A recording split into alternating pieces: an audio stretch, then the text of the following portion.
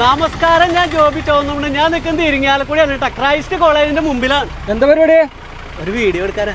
എന്ത് വീഡിയോ ആണ്? അല്ല, റോഡായിട്ട് ബന്ധപ്പെട്ട വീഡിയോ ഒക്കെ പിന്നെ എടുക്കാം. നമുക്ക് കയറിയാ അല്ല എന്താ കാര്യം പറയാ. കയറ് ജോബി, കയറി. ഞാൻ ഒരു കാര്യം പറയാം.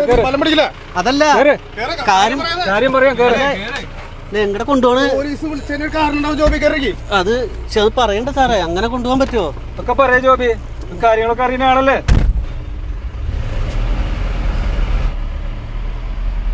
ഞാനൊന്ന് ഫോൺ ചെയ്തോട്ടെ സാറേ. ഫോണൊക്കെ പിന്നെ ചെയ്യാം ജോബി. അല്ല ഫോൺ ജോബി എത്ര കാലമായി ഈ വീഡിയോകളൊക്കെ ചെയ്യുന്നത്? കുറച്ചാളായി. ഈ സൈബർ കുറ്റകൃത്യങ്ങളെ കുറിച്ച് അറിഞ്ഞുകൊണ്ടാണോ ഈ വീഡിയോ ചെയ്യുന്നത്? കുറച്ചൊക്കെ അറിയാം. നമ്മുടെ സമൂഹത്തില് നിങ്ങൾക്ക് കുറെ ഉത്തരവാദിത്തങ്ങളുണ്ട്, ഈ ബ്ലോഗർമാർക്കും ഈ യൂട്യൂബർമാർക്കും ഒക്കെ. ഞാനത് ശ്രദ്ധിച്ചിട്ട് ചെയ്യാറ്. അപ്പൊ ഇനിയും കുറെ കാര്യങ്ങൾ അറിഞ്ഞുകൊണ്ട് വേണം ഈ കാര്യങ്ങൾ ചെയ്യാൻ. ഓക്കെ, ശരി ശരി.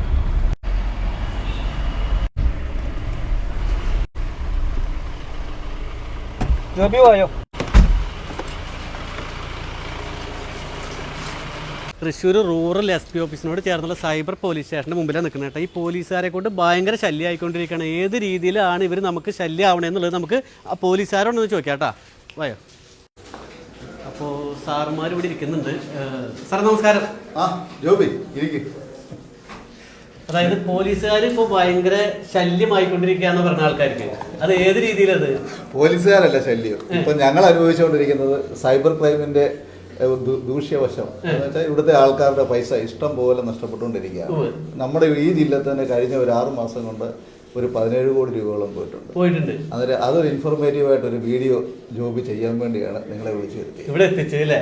ഓക്കെ, സന്തോഷം. അപ്പൊ എന്നെ പോലീസ് പിടിച്ചോന്നല്ല, വളരെ പ്രധാനപ്പെട്ടതായിട്ടുള്ളൊരു കാര്യം ജനങ്ങളെ അറിയിക്കുന്നതിന് വേണ്ടിയിട്ട് ഞാൻ അങ്ങനെ പോലീസ് സ്റ്റേഷനിലേക്ക് എത്തിയേക്കാണ്. ഒരു പക്ഷേ നിങ്ങളും ഇങ്ങനെ പോലീസ് സ്റ്റേഷനിലേക്ക് ഒരു കാരണവശാലും വരാതിരിക്കാൻ വേണ്ടിയിട്ടാണ് ഇങ്ങനെ ഒരു വീഡിയോ. അപ്പോൾ ഒരുപാട് ആൾക്കാർ എന്നെ തന്നെ വിളിച്ചിട്ട് ചോദിക്കാറുണ്ട്, ജോബി എൻ്റെ പൈസ നഷ്ടപ്പെട്ടു, ഇന്നെ പോലെ ഒരു ലിങ്ക് വന്ന് കാണാവോ, ഓപ്പൺ ചെയ്തു, അങ്ങനെ ഒരുപാട് പ്രശ്നങ്ങൾ. അപ്പോൾ തീർച്ചയായിട്ടും നിങ്ങളുടെ പൈസ ഏതെങ്കിലും രീതിയിൽ നഷ്ടപ്പെട്ടിട്ടുള്ളവരുണ്ടെങ്കിൽ തീർച്ചയായിട്ടും ഒരു വീഡിയോ കാണും. സാർ, ഏത് രീതിയിലാണ് ജനങ്ങൾ ഇപ്പോൾ പെട്ടോണ്ടിരിക്കുന്നത്? ജോബി, ഇപ്പോൾ ഏറ്റവും കൂടുതൽ നടന്നു വരുന്ന 2 തരം സൈബർ തട്ടിപ്പുകളെ കുറിച്ചാണ് പറയാൻ പോകുന്നത്. ഒന്നാമത്തെ തട്ടിപ്പ് എന്ന് പറയുന്നത് പോലീസ് യൂണിഫോമിൽ നമുക്കൊരു വീഡിയോ കോൾ വരികയാണ്. നാർക്കോട്ടിക് കൺട്രോൾ ബ്യൂറോ അല്ലെങ്കിൽ ഇന്റലിജൻസ് ഏജൻസികൾ, അതേപോലെ CBI പോലുള്ള അന്വേഷണ ഏജൻസികളിൽ നിന്നാണ് വിളിക്കുന്നത്. നിങ്ങളുടെ വിലാസത്തിൽ ആരോ ഒരാൾ മയക്കുമരുന്ന് അയച്ചിട്ടുണ്ട്, അതിമാരകമായിട്ടുള്ള മയക്കുമരുന്നാണ് ഇത്. ഞങ്ങൾ പാഴ്സൽ അയച്ചത് ഞങ്ങൾ പരിശോധിച്ചപ്പോൾ നിങ്ങളുടെ പേരും വിലാസവുമാണ് കണ്ടത്. അതുകൊണ്ട് നിങ്ങൾ ഇതിന് ഉത്തരവാദികളാണ്, നിങ്ങളെ ഉടനെ അറസ്റ്റ് ചെയ്യാൻ പോവുകയാണ്, നിങ്ങൾ അറസ്റ്റ് ചെയ്ത് ജയിലിൽ അടയ്ക്കുമെന്ന് പറഞ്ഞ് ഇവർ അന്വേഷണ ഏജൻസി ആണെന്ന് പറഞ്ഞു, പോലീസ് ആണെന്ന് തന്നെ പറഞ്ഞിട്ട് വീഡിയോ കോൾ. അപ്പൊ നമ്മൾ പേടിച്ചു കഴിഞ്ഞാൽ അതാണ് അവരുടെ ട്രാപ്പ് എന്ന് പറയുന്നത്. അപ്പോൾ നിങ്ങൾ ഇത് നമ്മൾ തെറ്റിദ്ധരിപ്പിക്കാൻ വേണ്ടിയിട്ട് അവരുടെ സുപ്രീം കോടതിയുടെ വാറണ്ട് അല്ലെങ്കിൽ സമൻസ് ഇതുപോലുള്ള വലിയ വലിയ സാധനങ്ങളൊക്കെ നമുക്ക് തെറ്റായിട്ട് രീതിയിൽ അയച്ചു തരും. ഈ അയച്ചു തരുന്നത് നമ്മൾ ഭയചകിതരാവും. അങ്ങനെ അപ്പൊ അടുത്ത ആള് വിളിച്ചിട്ട് പറയും, ഇത് കുഴപ്പമില്ല, ഇത് സെറ്റിൽ ചെയ്യാം, നമുക്ക് ഒരു ഫൈൻ അടച്ചു കഴിഞ്ഞാൽ നിങ്ങൾക്ക് രക്ഷപ്പെടാവുന്നേ ഉള്ളൂ. അങ്ങനെ. പക്ഷെ ഇത് വലിയ തുകയായിരിക്കും ഫൈൻ. ഇതൊരു വലിയ ലോബിയാണ്. ഇത് വലിയ തുകയാണ് ഫൈൻ അടയ്ക്കേണ്ടി വരിക.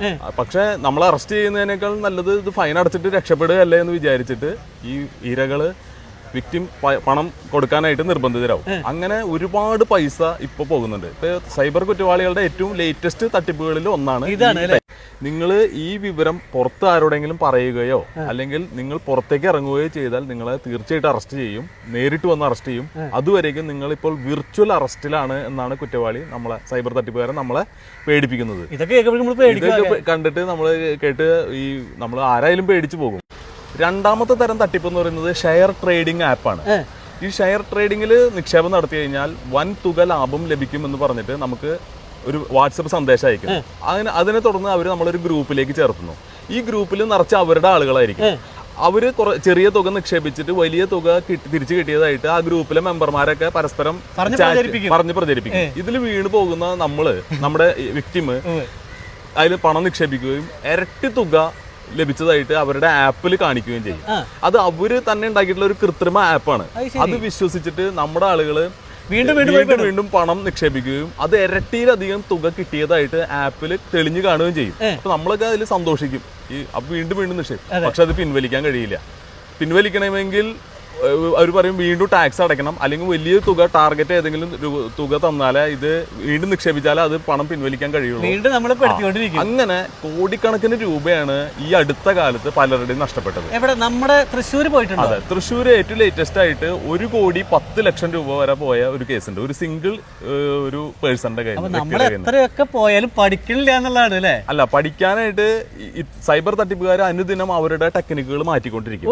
പക്ഷെ അത് എന്നും നമ്മൾ അപ്ഡേറ്റ് ചെയ്യണം. ഇന്ന് നടക്കുന്ന തട്ടിപ്പല്ല നാളെ ഉണ്ടാവുന്നത്. അതിനു വേണ്ടിയിട്ട് സോഷ്യൽ മീഡിയയിലൂടെയും അതുപോലെ തന്നെ വർത്തമാന പത്രങ്ങളിലൂടെയും ടെലിവിഷനിലൂടെയും കേരള പോലീസിന്റെ തന്നെ സോഷ്യൽ മീഡിയയിലൂടെ ജനങ്ങൾക്ക് വേണ്ടിയിട്ട് എന്നും പ്രചാരണം നടത്തുന്നുണ്ട്.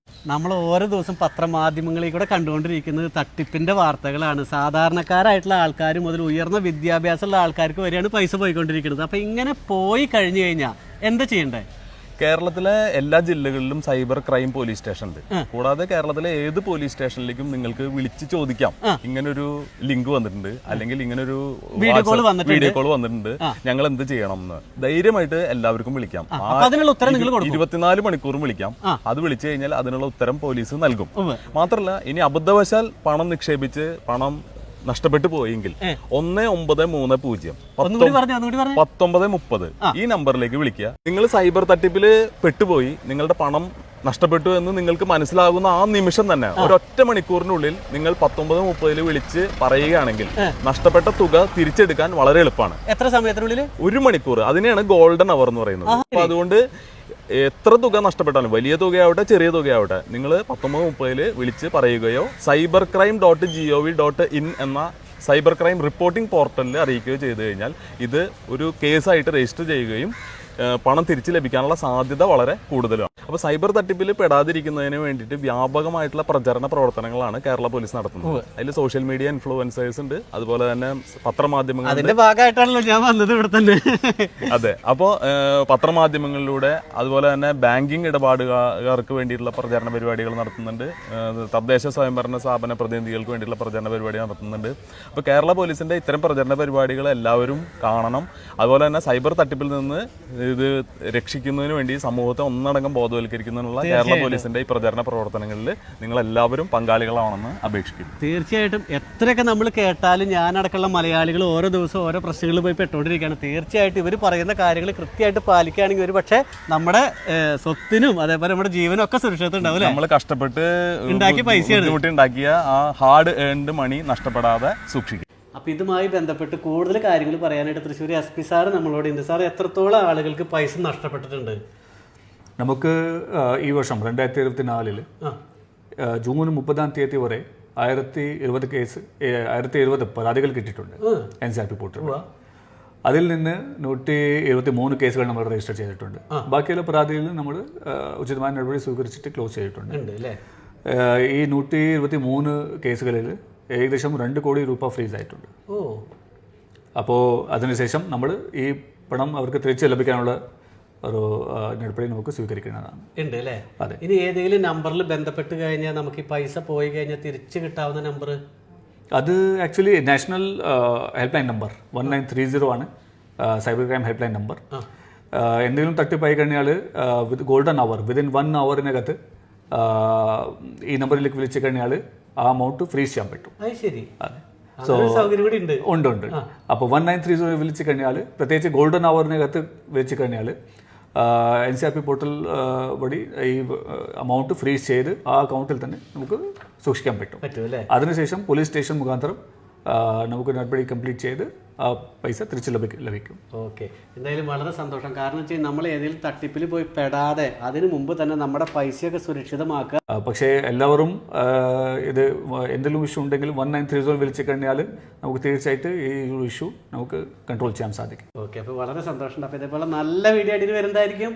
Thank you. അപ്പോൾ അത് ഇരിങ്ങാലക്കുട സൈബർ പോലീസ് സ്റ്റേഷനിലാണ്, തൊട്ടപ്പുറത്താണ് SP ഓഫീസ്. അപ്പോൾ നമ്മുടെ കൂടെ ഈ വീഡിയോ എടുക്കാനായിട്ട് സഹകരിച്ച സാറുമാരുടെ പേരെന്ന് പറഞ്ഞേ?